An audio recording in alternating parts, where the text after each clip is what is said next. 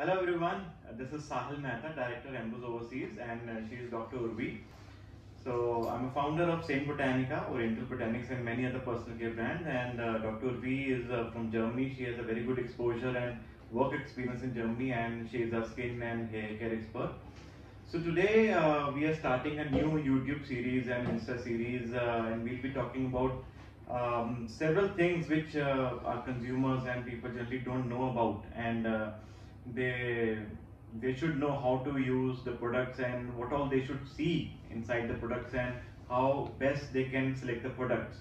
So today our topic is face oils versus face serums, and how to select which one should use, and how to select the best face oils or face serums, how to decide whether it is useful for your skin or not, and what are precautions you should take. Everything you want to know about face oils and face serum will be covering over here.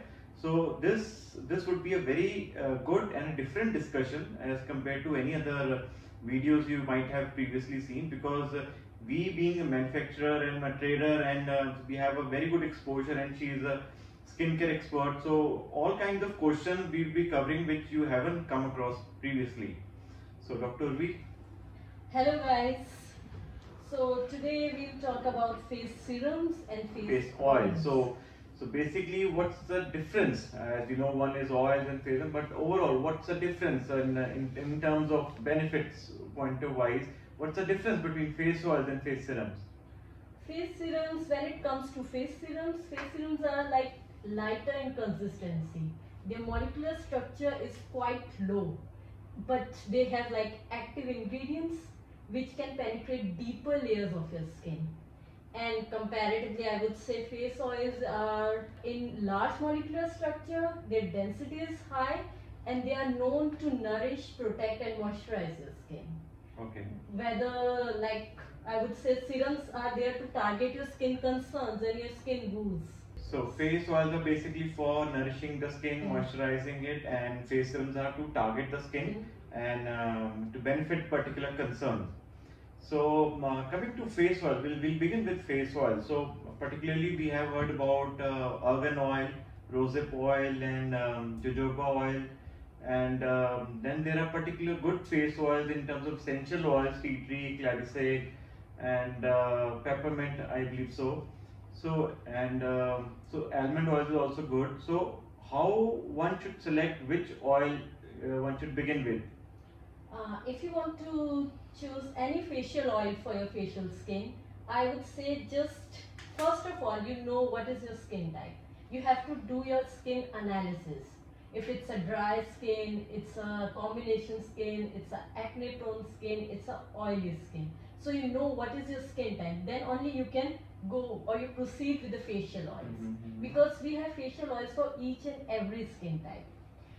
You have to see the comedogenic scale of each oil. Comedogenic scale, I would say, kind of the ability of an oil to clog pores. So if the comedogenic rating is like 0 or 1, it will go well with the oily skin. And if it is 4 to 5, it will go with dry skin. So you have to look approximately the comedogenic rating. So it won't clog your pores, it won't cause blackheads, whiteheads, comedons, acne, etc. So another people believe that acne skin should not use oily oils, face oils. So what's this myth? It's a total myth, I would say. Facial oils, like every skin needs nourishment, every skin needs hydration. So it is there to strengthen your skin barrier. You are applying a serum and then you want it to be sealed. You need to be moisturized, you hydrate your skin. Then it's sort of face oil, and I would say oily skin, there is jojoba oil, we have grapeseed oil, rosehip seed oil that goes well with oily skin. So it's very good. So grapeseed oil is one of the main ingredients for oily skin. And for acne skin, what do you suggest? Acne skin, there's tea tree oil. Whenever you go for anti-acne thing, you just look for tea tree oil. So we have a tea tree skincare regime as well in Oriental Botanics. So what's the best time to use the face oils? At night. At night. And how many times we should use the face oil in a week or daily basis or in? Daily basis. Daily Your basis, skin we needs can use. nourishment, protection on daily basis. Okay, so at Yeah. night, some people should definitely try face oils at night. And who are those people who have the most requirement for face oils? I mean, who all can skip and who all definitely should go with face oils? I would say no one can skip because every Okay. skin needs hydration. Because we have so many things to apply at night. Where we have night creams, we have serums, night serums, face oil. So how we should fit face oils into the routine? Face oils, I would say, apply at night when you are not in contact with outside atmosphere like dust, pollution, grime. Your skin is at resting mode. Okay. It needs to be rejuvenated. Mhm. So you need to apply facial oils at night, and you need to close. You need to seal your regime, night care regime with facial oils. Okay, so one should use these pure oils or one should go with a blend of oils. Like we have antioxidant oil, which is a blend of 15 to 20 ingredients, and then we have argan radiance oil. So how one should decide whether you should go with a pure oil, maybe argan oil, rosehip oil, or a blend of oils? You should look into your skin type. First, skin type, and if the oil blend goes well with your skin type, then you can go ahead with oil blends because it is a combination of various oils and it is beneficial for your skin. And if you have oily skin, acne prone skin, you can go with jojoba oil because you don't know that in oil blend which oil is there which will suit your skin. But a patch test is always good to start. Guys, it is very important to see the ingredients of any face oil because most of the brands they add mineral oils or parabens or even silicones or maybe fill up most of the product with CCT or coconut oil or base etc. So it is very important to see what is the percentage of actives inside. Just don't go by the prices. Face oils are or to say oils are very expensive. Oils are very expensive. The expensive the product, maybe they are using more better actives and superior grades of actives.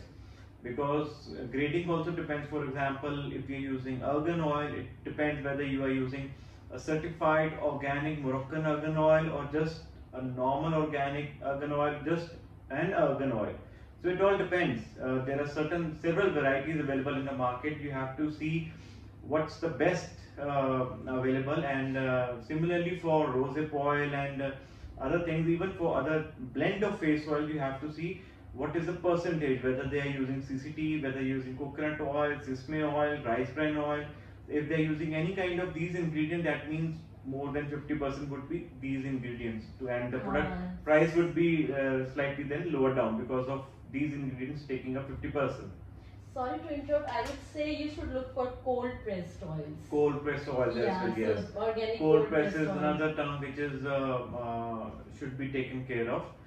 And so, anything else about face oils, or should we move to face serums now? Yeah, we can go for Okay, face serum. So coming to face serum, so what are the different types of treatments a face serum can do?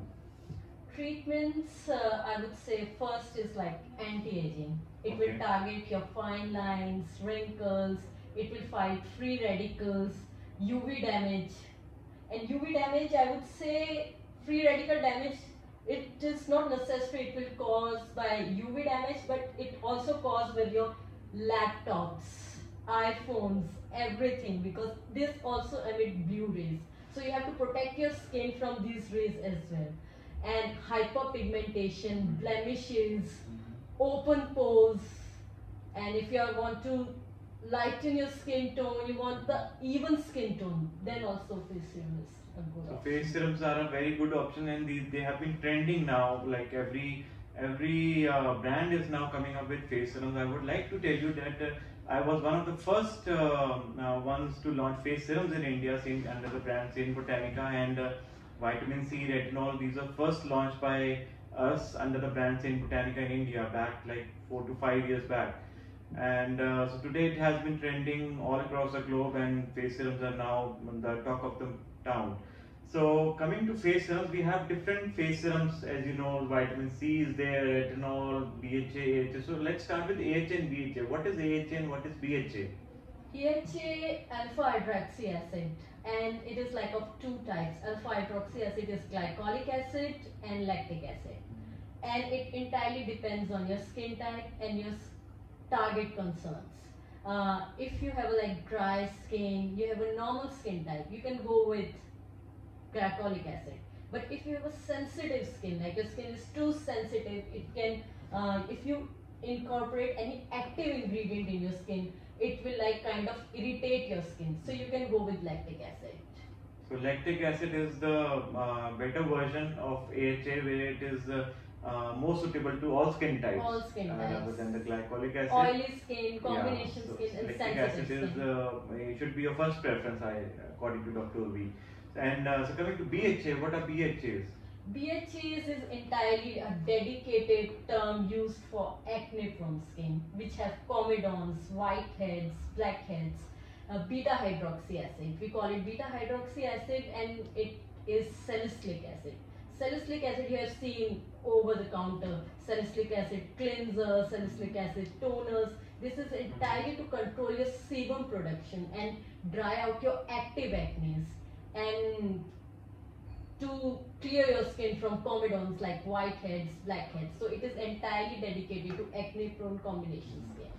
So let's talk about, begin with the vitamin C serum. So vitamin C is everyone's interest, and everyone is wants to know about vitamin C serum. So vitamin C serum, there are several percentage available in the market, 10%, 15%, 20%, with different combinations, hyaluronic acid, vitamin E, and ferulic acid. So can you just explain about why all these additions are done, and what percentage one should go with?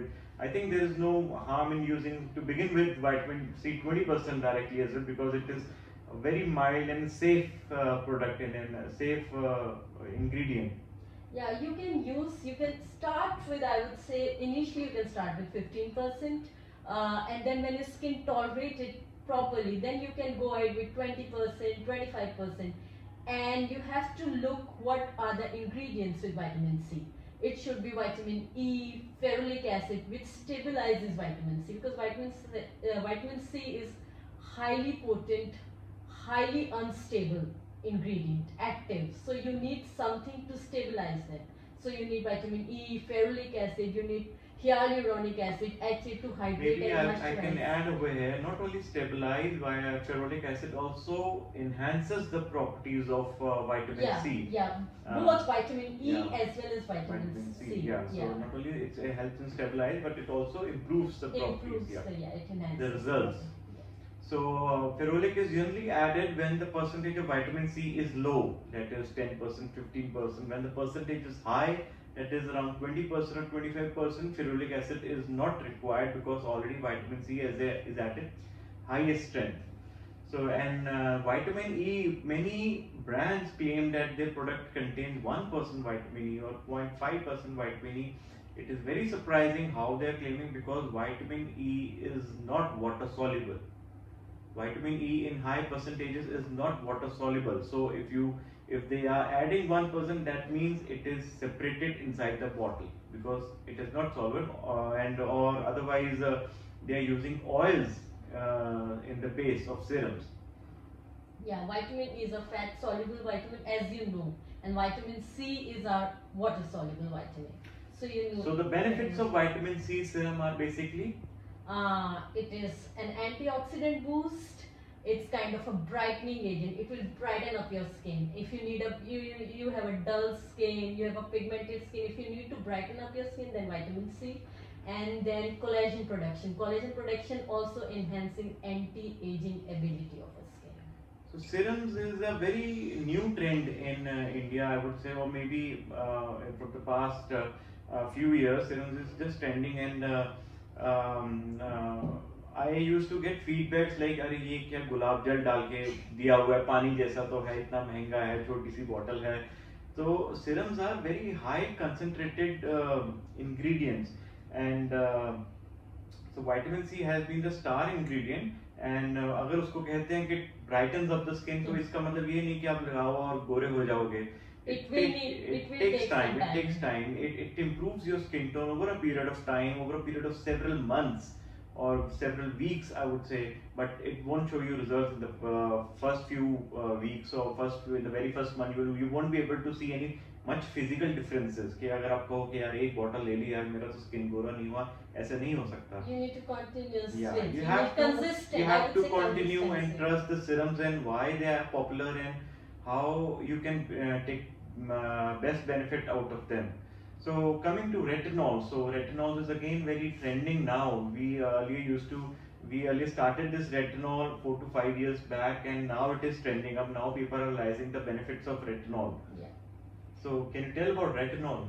Retinol is also an anti-aging, and it will also it is also good for oily skin. People have myths retinol can be used for oily skin, for combination skin.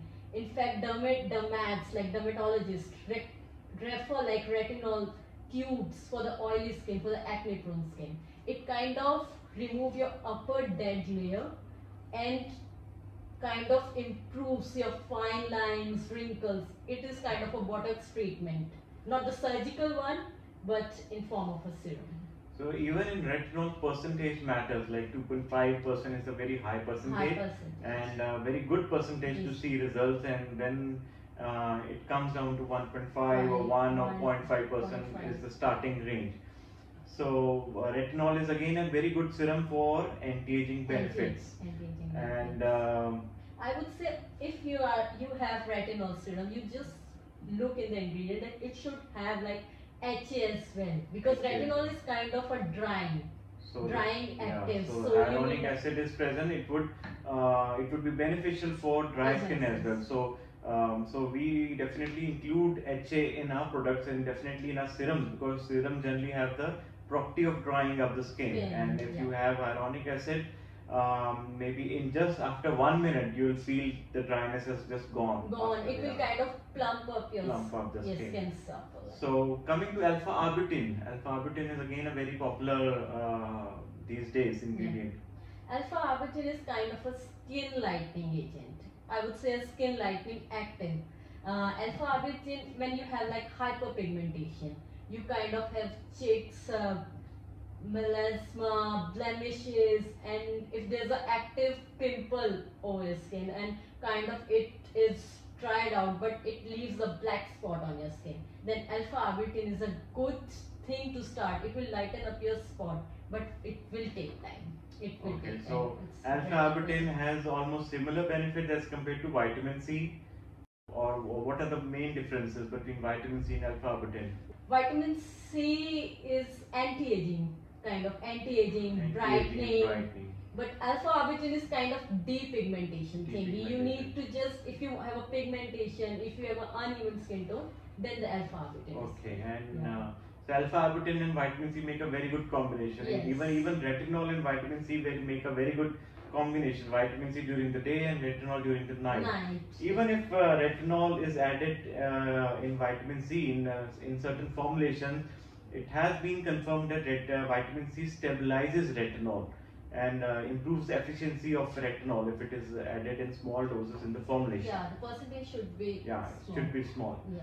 So coming to niacinamide again is a very popular. And why do we combine it with zinc? Niacinamide is kind of, when you have an oily skin, you have excess sebum production.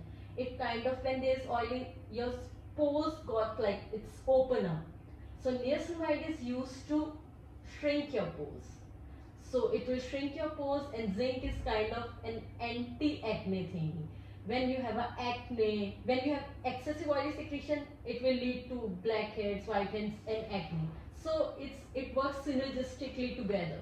So zinc and niacinamide is a good combination. Okay.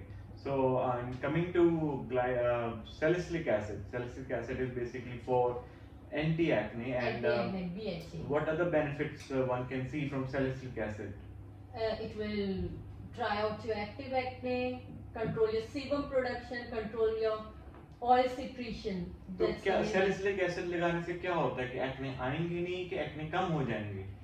Acne कम हो जाएंगे और acne आएंगे भी नहीं, दोनों चीजें। दोनों ही तो चीजें। जनरली लोगों का ये भी मानना है कि जनरली टीनेज एज में एक्ने ज्यादा आते हैं, ज्यादा आते हैं, अराउंड से 15 टू 23 के बीच में एक्ने ज्यादा या रहते हैं। puberty and तो all क्या things. उनके लिए सबसे बेटर रहेगा salicylic acid? Salicylic acid is like a So gold standard, I irrespective would of say, those for age and they can use it easily. Yeah, it's mild. It's mild. It will control your excess oil secretion and it will तो control इसमें your भी acne. Percentage होती है salicylic acid, 2% is also very safe and 1% is also Yeah, safe. 1%, 1.5%, 2%, maximum 2% you can use in salicylic acid. Basically serums में percentage is the game changer. Percentage matters, and how the manufacturer is using the percentage to stabilize that serum.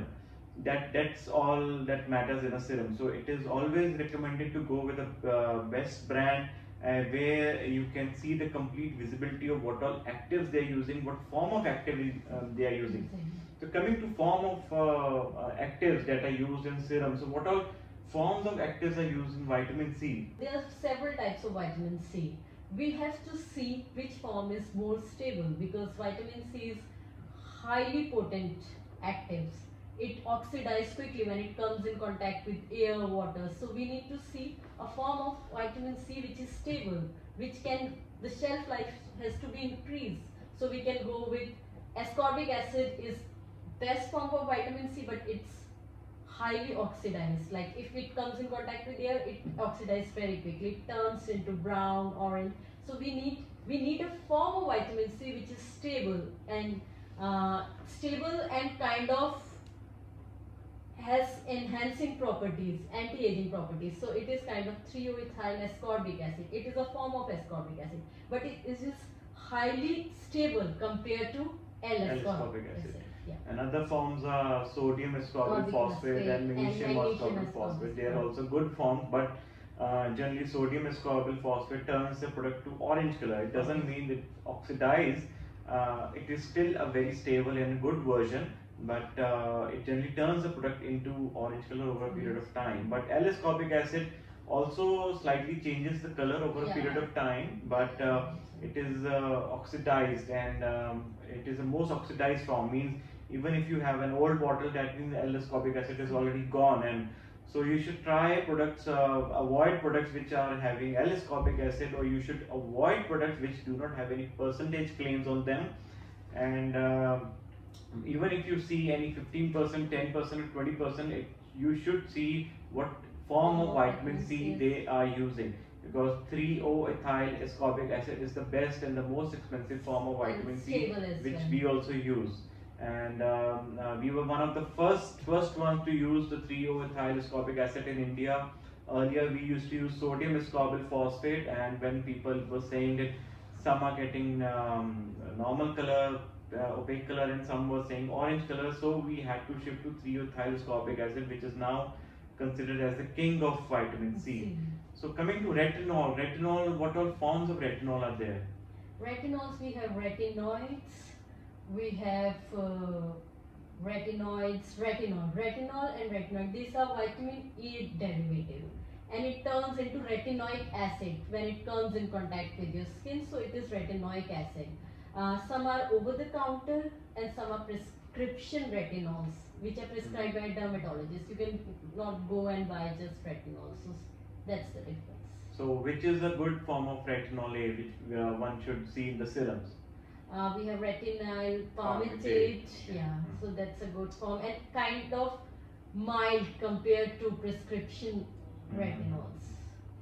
So any other thing about serums? Hyaluronic acid is we are still lacking the hyaluronic acid. So let's talk about hyaluronic acid serum. So hyaluronic acid is one of the I would say super hydrating king of hydration serum. So let's say that's why HA is added to each and every serum. Like it goes with each and every active, it goes with each and every skin type, because every skin type needs hydration. Whenever there is any serum hydration, HA is always added to it. But if you want super hydration, then you can go with HA serum as a single ingredient or with तो blend क्या of. हम ये मान लें कि सिर्फ dry skin hydration ले, जो ड्राई स्किन को लेनी चाहिए हाइड्रेशन? नहीं, सबको लेनी चाहिए हाइड्रेशन. Okay. तो सब skin type Even oily skin? Oily skin type Okay. Needs nourishment. Okay. So coming to face oils, we have left out Bakuchi oil and squalene oil. So these two oils are also trending. So let's talk about these two oils. So there is Bakuchi oil and Bakuchi oil. Bakuchi oil and Bakuchi oil. Bakuchi Say. oil. So what's the difference? Bakuchi oil is oil from Bakuchi seeds, and Bakuchi oil is the active component which we take out from the Bakuchi oil seeds. So it's the active from Bakuchi oil. So Bakuchi oil is the main active from Bakuchi Bakuchi oil. Yeah. So you have to see the percentage. If you are using Bakuchi oil, so you'll go with a very high percentage or maybe pure oil because it would be cheaper. And if you are going with only the main active Bakuchi oil, BAKUCHIOL, if that's the main active, then it comes in a very low percentage to be used, and it would be mixed up with several other oils. Yeah.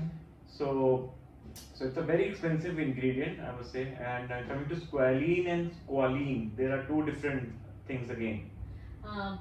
Whenever, like if acne prone skin, if you're beginner to facial oils, if you want to start with a facial oil regime, start with squalene. Squalene, because it will suit each and every skin type, be it a oily skin, acne prone skin, combination skin. So squalene is a oil. It's a oil derived from shark.